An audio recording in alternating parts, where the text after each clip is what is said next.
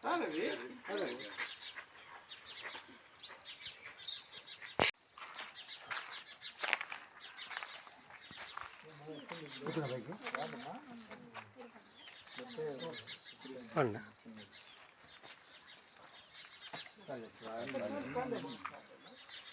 మన మానవతా సభ్యులే.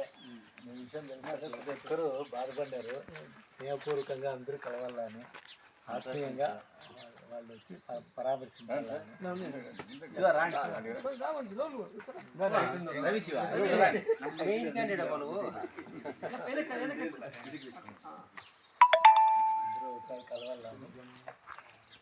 ఆత్మీయ అనుకుంటే పండగ ఇవన్నీ అవునులేండి. పర్వాలేదు, ఇబ్బంది ఏం లేదు. కానీ ఏమంటే పరామర్శే కొంచెం ధైర్యాన్ని ఇస్తుంది. నైతికంగా బాగా. నువ్వు మనసులో ఏం పెట్టుకోవద్దు. మనవాళ్ళు వాళ్ళ మనసుకు తోచినంతగా అతిథిగా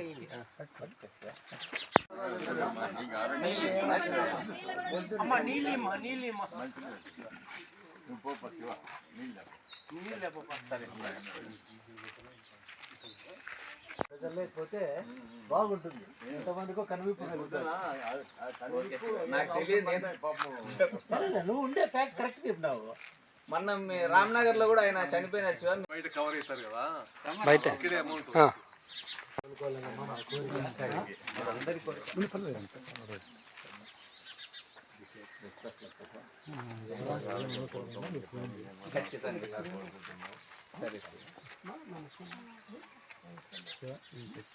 ఏమి అదే బాగా చూసుకునే భర్త దొరికినాడు.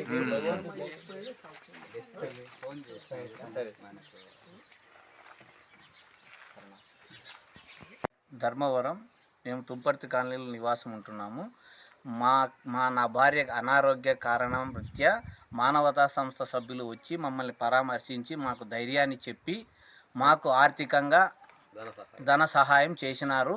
ఇంకా ముందు ఏమి ఇబ్బంది వచ్చినా కూడా మేము చేస్తామని వాళ్ళు మాకు భరోసా సంపూర్ణంగా ఇచ్చినారు. అందుకు వాళ్ళకి కృతజ్ఞతలు శివ. ఎన్ని రోజుల నుంచి అనారోగ్యం? దాదాపు 2 నెలలు అయింది శివ. ఇప్పటికి ఆపరేషన్ అయ్యి 1.5 నెలలు అయింది. అనారోగ్యంతంగా ఉండి 2 నెలలు అవుతాను. ఆర్డిటీలో ఆపరేషన్ చేసినారు.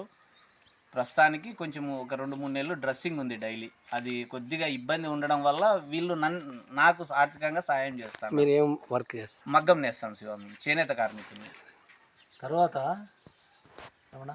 తర్వాత ఈ శివ అనే అతను తన భార్యతో కలిసి అనాథ శవాలకు అంత్యక్రియలు నిర్వహించడంలో ఎంతో ముఖ్య పాత్ర పోషిస్తున్నాడు.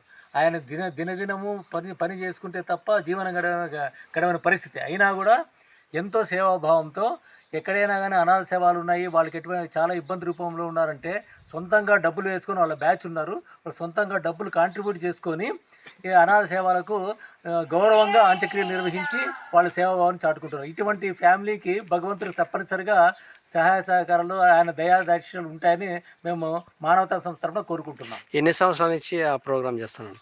దాదాపు 6 years అవుతాను శివ. 2వ కరోనా నుంచి మొదలు పెట్టినాం. మీకు ఎట్లా మెసేజ్ తెలుస్తుంది? ఎందుకు చేయకూడదు ఇటువంటి కార్యక్రమం? ఈ విధంగా చనిపోకూడదు, ఇట్లా దుర్భరమైనది జరగకూడదు. ప్రతి మనిషికి హిందూ ధర్మ ప్రకారంగా జరగాలి. అట్లాంటి జేసీబీలతో ఎత్తేయడం ఇదంతా కొంచెం మనసుకు కలిసి వేసి దాన్ని ఎందుకు స్వీకరించకూడదు మేమని మొదలు పెట్టినాము. ఈ పొద్దు ఒకరితో ఉండేది ఇప్పుడు 9 మంది 10 మంది సభ్యులు అయ్యి ముందరికి వచ్చి చేస్తున్నారు.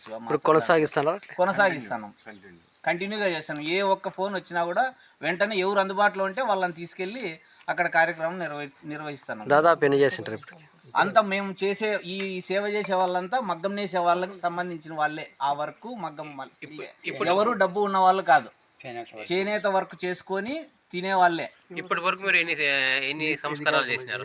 తెలుసు, అది చెప్పండి. తెలీదు, నిజంగా తెలీదు. నా ఊపిరి ఉన్నన్నాళ్ళు ఈ సేవ నేను వదలను.